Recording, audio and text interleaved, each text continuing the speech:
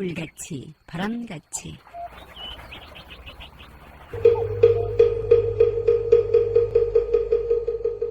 이 세상의 모든 분들이 다 부처님처럼 깨달음을 얻게 하시어 늘 평안하고 행복하게 하소서. 부처님의 큰 광명과 수행으로 모든 업장 소멸하고 무량한 지혜를 얻어서 자신을 제도하고 널리 모든 분들을 제도하게 하소서. 이 세상 다하는 날까지 바르고 선한 일 행하여 부처님의 큰 은혜에 보답하오며 끝내 일체의 뜻을 이루어 온 세상 행복한 정토 세계를 이루게 하소서.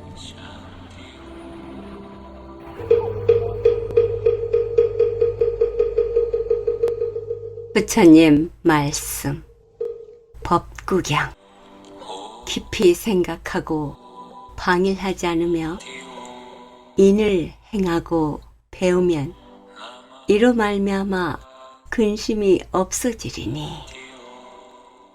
바른 견해를 배워 불어나도록 힘쓰면 이것이 세간의 등불이 되고 몇천 배의 복이 생겨 마침내 나쁜 길에 떨어지지 않으리. 안녕하십니까. 물같이 바람같이 김자원입니다. 흐드러지게 만발한 길가의 꽃나무들을 보면서 눈이 행복합니다. 이 멋진 세상에서 근심 없어지는 말씀과 세간의 등불이 되고 복을 받아 나쁜 길에 떨어지지 않도록 도움 주는 말씀 법구경, 이런 말씀을 내 실천 덕목으로 삼는다면 삶이 풍요롭고 마음은 평화롭겠지요. 우리 모두 그 길에 들어섰습니다. 깊이 생각하고 방일하지 않으며 자비를 행하고 배운다면 자연스럽게 행복해지리라는 것 다 아시죠? 마음 가득 평화와 행복 담으시고 건강하시기 바랍니다. 지혜와 복덕을 지니신 애청자 여러분과 함께 세간의 등불이 되는 바른 견해 배워가는 시간, 깨침의 소리, 진리의 말씀 전하는 뉴욕 불교방송 진행합니다. 물같이 바람같이 뉴욕 불교방송, 오늘 이 시간에는 우악스님의 유튜브 법문에서 발췌했습니다. 업을 소멸하는 참회에 관한 일화 들려주신 법문입니다. 함께 듣습니다. 오늘은 이 자비수참에 얽힌 얘기를 말씀을 드리도록 하겠습니다. 저 당나라 의종 때 지헌이라는 스님이 있었는데, 지헌 스님은 성격이 아주 차분하면서도 마음이 그리 착했던 모양입니다. 그래서 정혜가 반듯하고 또 모든 대중들로부터 인정을 받았습니다. 그래서 모든 대중들이 다 좋아했는데, 그래서 대중들이 이만한 보살이 없다 해서 간병의 소임을 맡겼습니다. 간병은 사람이 착하지 않으면 간병 못해요. 간병만 한 보살행도 없습니다. 요즘 이 병원마다 간병하는 분들 많죠. 사실 다 그분들이 보살입니다.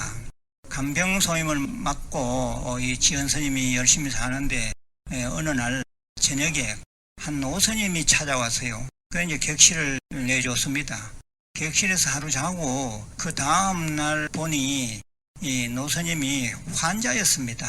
온몸에 다 부스럼이 일어나고, 요즘 말로 하면 이게 나병, 문둥병 환자였던 모양입니다. 그러니 다른 대중들은 기겁을 하고 다 도망가고, 그런데 이 간병을 맡았던 이 지헌 스님은 그것을 더럽다 생각하지 않고 이 스님을 간호하기 시작했어요. 몸이 그러다 보니 이 노스님이 성질을 또 얼마나 부리는지 죽이라도 끓여가면 막 그걸 엎어버리고, 그런 일이 한두 번이 아니었습니다. 그래도 이 지헌 스님은 묵묵히 간병을 하면서 어디 약이 좋다 이라면 그 쫓아가서 약을 구해가 와가지고 약을 따려서 또 스님을 먹이고 이렇게 했어요. 하루 이틀도 힘든데 3개월을 아주 지극정성 간호를 했습니다. 그랬더니 병이 다 나아버렸어요. 참 대단한 일이 일어난 거죠. 그런데 이 스님이 가시면서 하는 말이 후일에 나를 찾아올 일이 있을 것이다. 내가 보니 당신은 큰 대보살인데 이러한 공덕으로 너는 앞으로 국사도 될 것이다. 이 젊은 지원 스님에게 그런 얘기를 했어요. 후일에 혹시 나를 꼭 찾아야 할 일이 있다면 다룡산이라는 산에 와서 큰 두 소나무가 있을 것이니 두 소나무 사이에 거기 영지라 해서 신령스러운 못이 하나 있고 그 못 근처에 정자가 하나 있으니 찾아오라 하고 구체적으로 이 지명을 얘기해 줬던 모양입니다. 그런데 이 지원스님이 더욱더 그 등왕의 소문이 났어요. 근데 당시에 이 의종이라는 황제가 당시는 다 이 불교를 믿던 그런 시대여서 국사가 꼭 필요했던 모양입니다. 나라에 있어서는 국사. 그래서 이제 국사를 구하느라고 온통이 나라에 방을 붙였는데 온갖 스님들이 다 한결같이 이 지현 스님을 추천했어요. 이 지현 스님이 나이는 많지 않으나 이렇게 하심하고 덕이 있고 자부심이 많은 스님이 국사가 되어야 됩니다 하고 이제 청을 했더니 의종 황제도 드디어 지현 스님을 국사로 책봉했어요. 드디어 국사가 되었습니다. 이름이 이제 오달국사가 된 겁니다. 오달국사.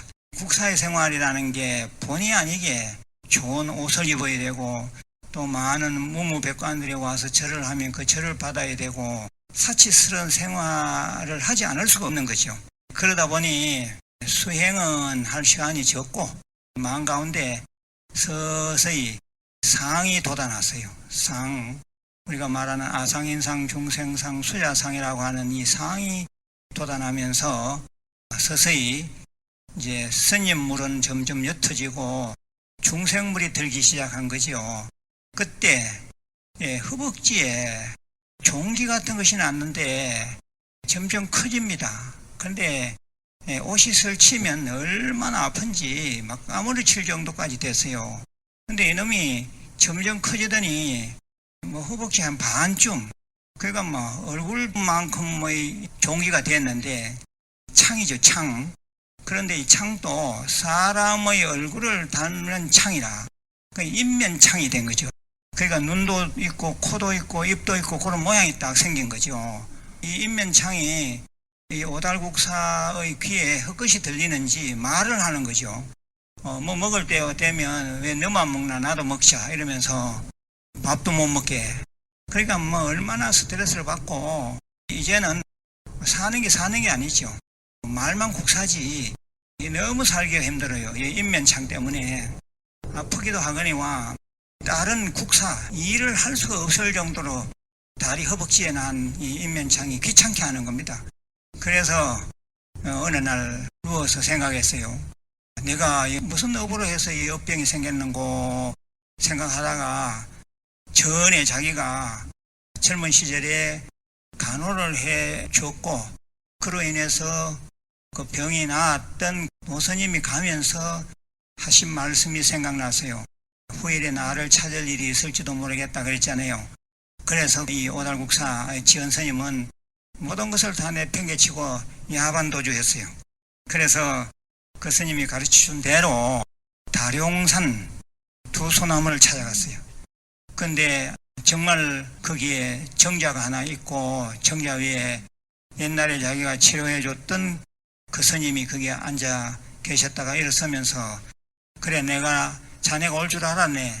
잘 왔다 하면서 영지 요 밑에 가서 물로서 씻으면 다 나을 거다. 예, 걱정 안 해도 될 거다 이러면서 대수롭지 않게 얘기해요. 그래서 이제 스님에게 인사를 드리고 이제 스님이 가르쳐준 대로 그 아래 내려갔습니다. 물로 씻으려고 하는데 이 인면창이 말을 해요. 잠깐만 있어봐라. 내 말 좀 들어보라 그래요.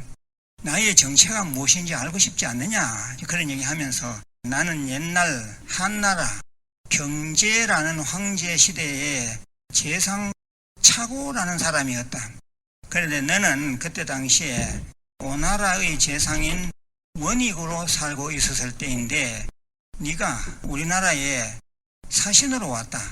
그런데 사신으로 와서는 내랑 무슨 오해가 있었는지 경제라는 우리 황제에게 거짓 밀고를 하는 바람에 내가 그때 당시에 참형을 당했다. 내가 죽게 됐다 이거죠. 네가 말을 어떻게 했는지 이 때문에 죽으면서 내가 언젠가는 내게 복수할 거다. 이런 결심을 했다는 겁니다. 그런데 그 뒤로 그 다음 생부터는 네가 늘 스님 생활을 늘 했다. 스님 생활도 늘 다부지게 하는 바람에 너를 괴롭힐 여유를 주지 않았다. 하도 수행을 잘했기 때문에 너를 복수할 수 있는 그런 여건을 내가 잡지 못했다. 그런데 네가 국사를 하는 바람에 너의 마음이 많이 빈틈이 생겼다. 그래서 내가 너의 허벅지에 내가 인면창으로 붙었다 이게야. 그런 얘기를 하면서 네가 간호를 지극정성했던 그 사람은 정말 대단한 존재다. 빈두로라고 하는 존재다. 빈두로 존재를 네가 지극정성 치료해 줬기 때문에 네가 신장의 도움과 빈두로 존재의 법력으로 내 이 인면창을 떼낼 수 있는 그런 기회를 얻었다. 이제 그런 얘기죠. 그러니까 여기서 우리가 생각해 보면 흐름하고 볼품없는 사람이라 할지라도 절대 무시하지 말고 도와줄 수 있다면 도와준다면 그게 후일했다 이렇게 보게 되잖아요. 아무튼 이 빈두로 존자의 그 어떤 성현의 가피로 네가 이제 오늘은 이 면창 나를 없앨 수가 있게 됐는데 쭉 보니 나도 이제 니를 국사에서 떨어뜨릴 정도 했으니 나도 이제는 원수 갚을 일을 다 갚은 것 같다. 이제 나는 내 갈 길로 갈 테니까 우리 여기서 이제 원수를 풀자. 잘 살아라. 빈두로 존자 하신 말씀처럼 인물로 씻으라. 그러면 넌 괜찮아질 거다. 이러고는 이제 말이 끝났어요. 그러니까 지연 스님은 오달국사는 그 내려가서 물로서의 시선이 말 그대로 씻은 듯이 없어졌어요. 깨끗해졌습니다. 그래서 이 지금 지연 스님은 자비수참이라 숫자 물숫자잖아요. 물수 말 그대로 승인의 삼매의 물로 오래는 원한을 다 씻어내렸다. 이제 그런 뜻을 가진 이 자비수참이라고 하는 책을 지어가지고 후일에 사람들이 원한 관계로 살기가 힘든다거나 하는 분들이 이 자비수참을 가지고 기도를 하게 되면 그런 원한을 다 쉬게 되고 사는 것이 좀 평탄해질 것이다. 그러한 얘기를 했습니다. 그래서 이 자비수참이 참회 기도의 교과서로 이렇게 나오게 된 것입니다. 이 참회를 할 일이 있다면 참회를 해야 합니다. 참회를 할 일이 있는데 안 하면 거기 업이 돼서 사는 것이 장애가 많고 힘들어지는 거죠. 참회할 일이 있으면 참회해버리면 됩니다. 솔직히 내가 다 참회할 일이다. 내가 잘못이다 하고 솔직히 고백하고 참회하면 됩니다. 그러면 업으로 남지 않습니다. 자비수참임 책에 있는 사람은 이 책을 가지고 한 21일이면 21일 동안에 매일 한 2시간씩 자비수참 가지고 기도하면 되고요. 나는 일주일에 한 번씩만 해야겠다 이런 마음이 있는 사람은 자비수참 책을 가지고 일주일에 한 번 2시간씩 이렇게 하면 돼요. 또 자비수참이나 자비도량 참법 기도하는 그런 기도회가 들어있을 겁니다. 그런 기도팀에 들어가서 기도하는 것 좋은 방법입니다. 그리고 자비수참을 가지고 하기가 번거롭고 하면 매일 하는 기도 방법 중에서 108대참회문 이걸 가지고 하시면 돼요. 108대참회문은 제가 쓴 불교의식집 349페이지에 나오고 있습니다. 108대참회문 대자대비 민중생 대희대사 제함식 상호광명이자음 중등지신 김영래 대자대비 민중생 대희대사 제함식 상호광명이자음 중등지심 김영래 지신기명래 금강상사 기볼기법기성 악음발심 불의자고인 천복보 성문영강 내지권성 제위보살. 이 108대 참여문은 성철 큰스님도 이 내용을 가지고 참여하라고 많은 신도들에게 권유를 하셨습니다. 그래서 우리 한국불교대학에서는 제가 1992년도에 이 절을 창건하면서 창건하는 그날부터 108대 참여문은 40불공 시간에 꼭 이것을 전체 신도들이 108배 하면서 이걸 읽도록 해왔습니다. 그래서 만일에 매일 108대 참여문을 가지고 108배를 한다면 달리 아까 얘기했던 자비수참이나 또는 자비도량 참법이나 이런 책을 가지고 안 하셔도 됩니다.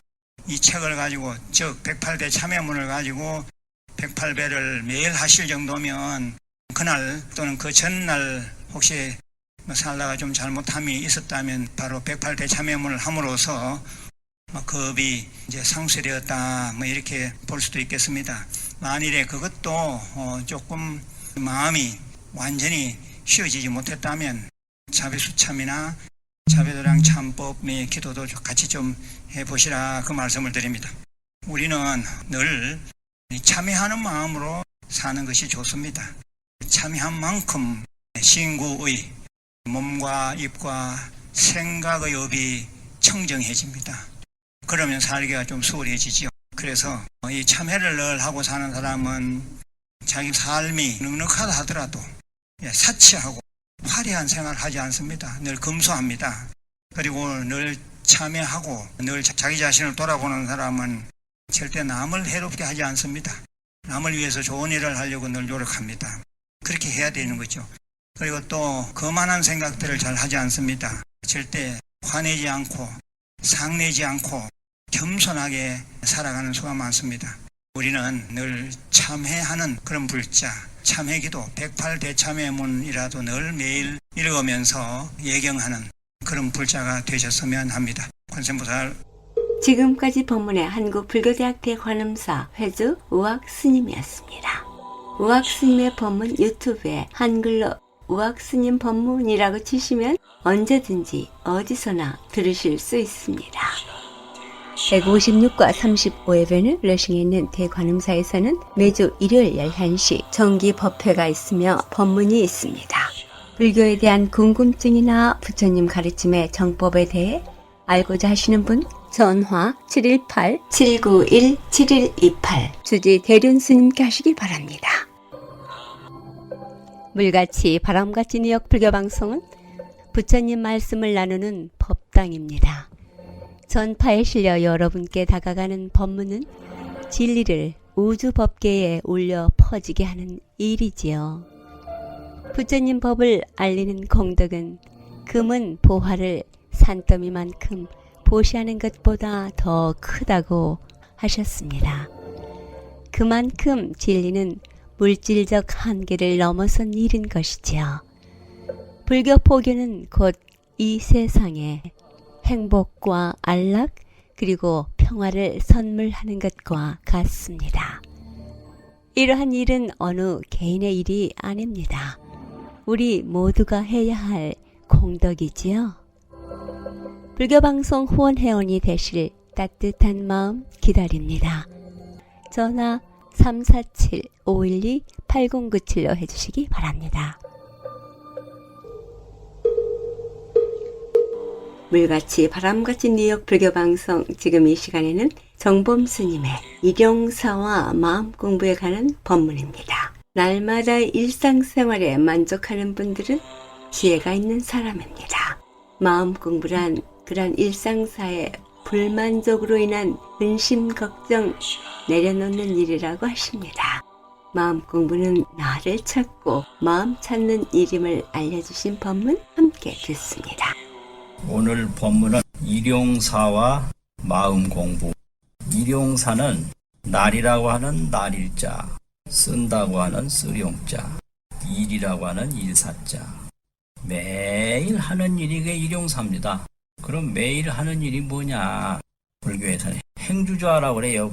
돌아다니고 머물러 있고 앉아 있고 누워 있고 또 착의 깃반이라고 합니다. 착의. 옷 입고, 깃반은 밥 먹는 거죠. 또 아시방요라고 그러는데, 아시는 화장실에 가서 큰 볼일 보는 게 아시고요. 방요라고 하는 것은 화장실에 가서 작은 볼일 보는 걸 방요라고 그래요. 착의 깃반만 중요한 게 아니고, 아시방요, 큰 볼일 잘못 보면 큰일 나고요. 작은 볼일도 잘못 보면 큰일 납니다. 아주 중요한 거거든요. 아주 일용사입니다. 그리고 대인접하라고 그래서 사람을 대해서 접하를 해요. 서로 마주해가지고 이야기를 나눕니다. 이야기는 서로 통해야 되는데 이게 말은 하는데 말이 안 통하는 경우가 상당히 많습니다. 대인접하를 얼마나 잘하느냐, 이거 굉장히 중요한 거거든요. 하여튼 이거는 매일매일 하는 일입니다. 안 할 수 없는 일입니다. 사람이 산다는 게 이것뿐입니다.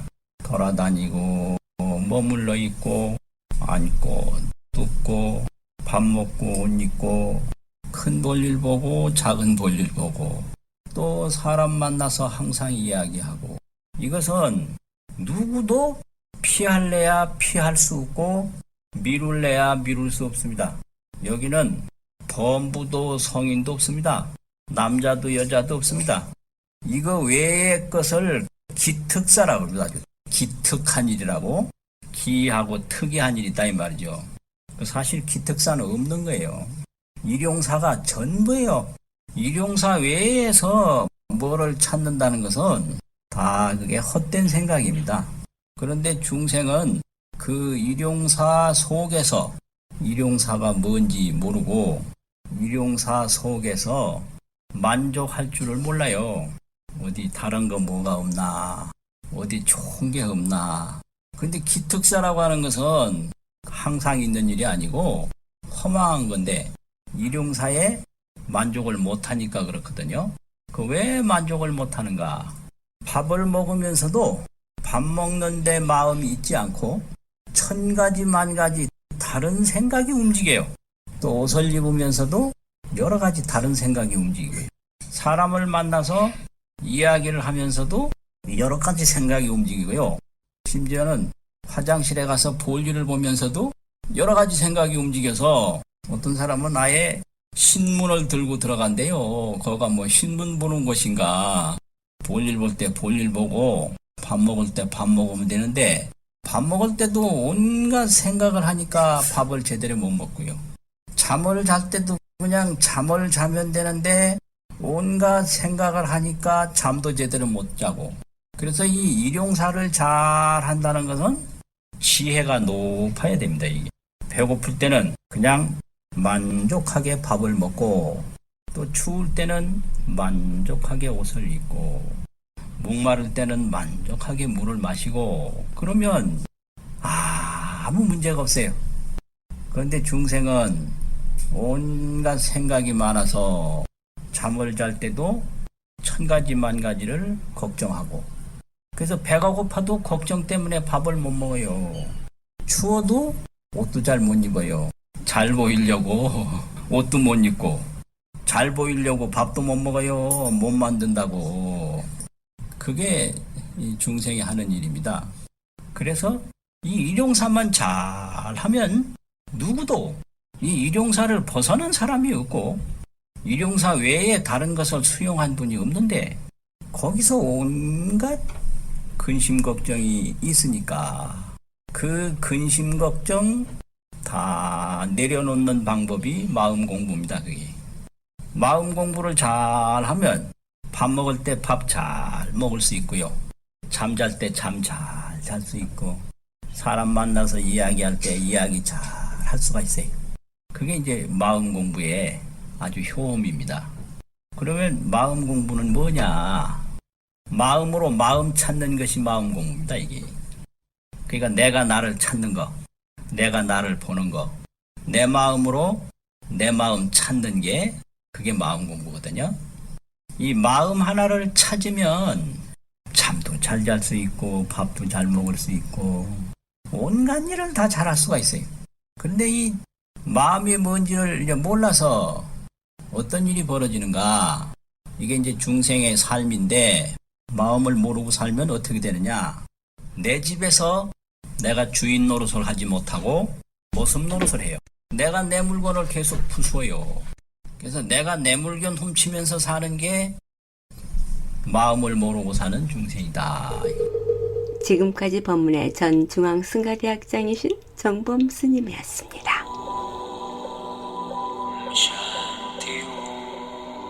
불교방송 후원업체입니다. 이경림 공인회계사, 한국과 미국 회계에 관한 제반 업무 믿고 맡기십시오. 문의전화 212-768-9144. 사랑과 정성의 H마켓 상품권으로 후원하고요. 중앙장의사, 뉴저지와 플러싱에 있는 하봉호 중앙장의사, 여러분의 어려운 시간 마음으로 함께합니다. 718-353-2424. 불같이 바람같이 뉴욕 불교방송 함께 들어주신 여러분 진심으로 고맙습니다. 법구경에서 도를 함께하면 근심이 없어 세상마다 항상 편안하다고 했습니다. 결국 우리의 걱정 근심은 도를 행하지 않고 있음을 시사하는 것이네요. 그것 알아차린다면 당연히 편안함 함께하리라 믿습니다. 내일은 가까운 사찰에 가셔서 마음 수행 도움되는 법문 들으시고 도반들과의 좋은 인연 가꾸시기 바랍니다. 지금까지 진행의 김자원이었습니다. 이 불교방송은 유튜브 NYBBS에서 언제든지 다시 들으실 수 있습니다. 여러분들의 많은 애청 바랍니다. 다음 주 시간까지 편안한 시간 보내시기 바랍니다. 안녕히 계십시오. 김성녀가 부르는 찬미의 나라 노래 들으며 이 시간 방송 마치겠습니다.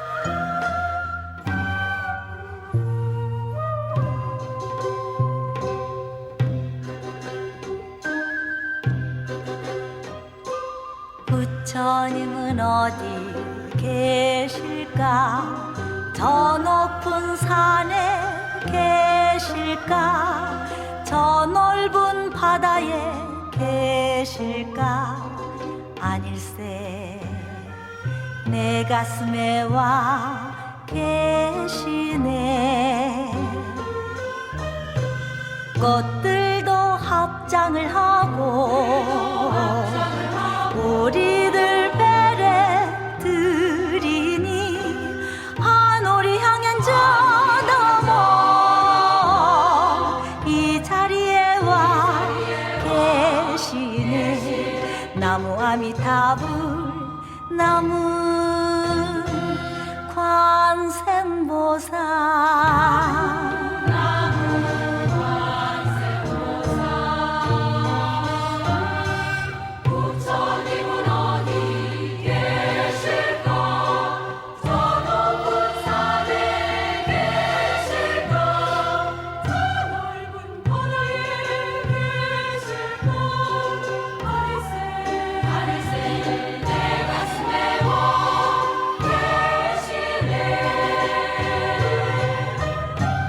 꽃들도 합장을 하고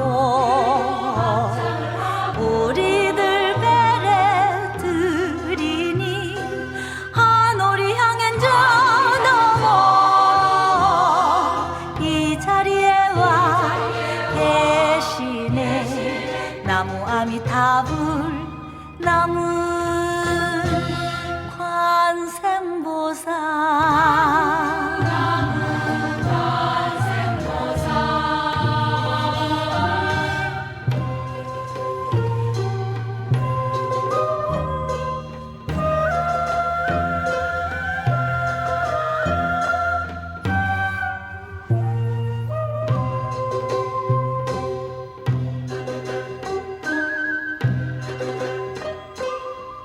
부처님은 어디 계실까? 높푸른 하늘에 계실까?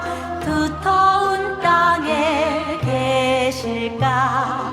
아닐세 내 가슴에 와 계시네. 물 끝에 이슬 오르고 무새들 노래 부르고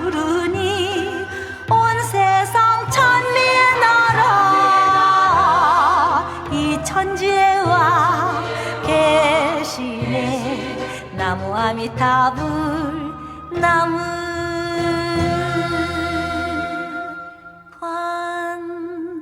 관생보살